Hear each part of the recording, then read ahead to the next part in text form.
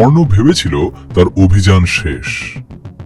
রাত জাগা গল্পে আজ আপনারা শুনবেন হারানো শহরের রহস্য, আ হিডেন ট্রেজার পার্ট 2।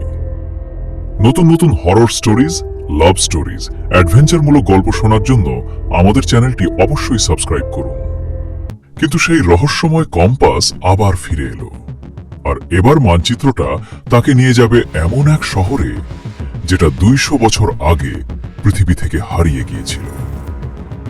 নতুন মানচিত্রে শুধু একটা লাল চিহ্ন ছিল। স্থানটা ছিল আফ্রিকার গভীর জঙ্গলের মধ্যে। অর্ণব, মহুয়া আর রুদ্র আবার যাত্রা শুরু করল, কিন্তু এবার তাদের পিছু নিয়েছিল একজন রহস্যময় মানুষ। কালো পোশাক, মুখ ঢাকা। সে চেয়েছিল সেই গুপ্তধন নিজের জন্য। 3 দিন হাঁটার পর তারা একটা প্রাচীন পাথরের দরজা খুঁজে পেল। দরজায় লেখা ছিল, যারা সত্যের খোঁজে এসেছে তাদের স্বাগত। দরজার ওপাশে ছিল হারিয়ে যাওয়া শহর জারুকা। পুরো শহরটা সোনায় তৈরি ছিল না, কিন্তু শহরের প্রতিটা দেয়ালে অদ্ভুত সব চিহ্ন খোদাই করা ছিল। মহুয়া বুঝতে পারল এগুলো কোনো গুপ্ত ভাষা।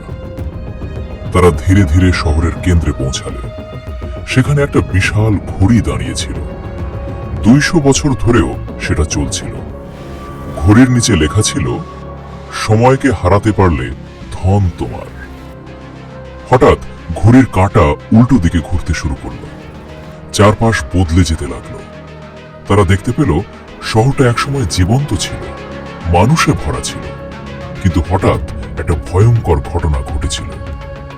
এক রাজা অমর হওয়ার লোভে এক নিষিদ্ধ শক্তি ব্যবহার করেছিল।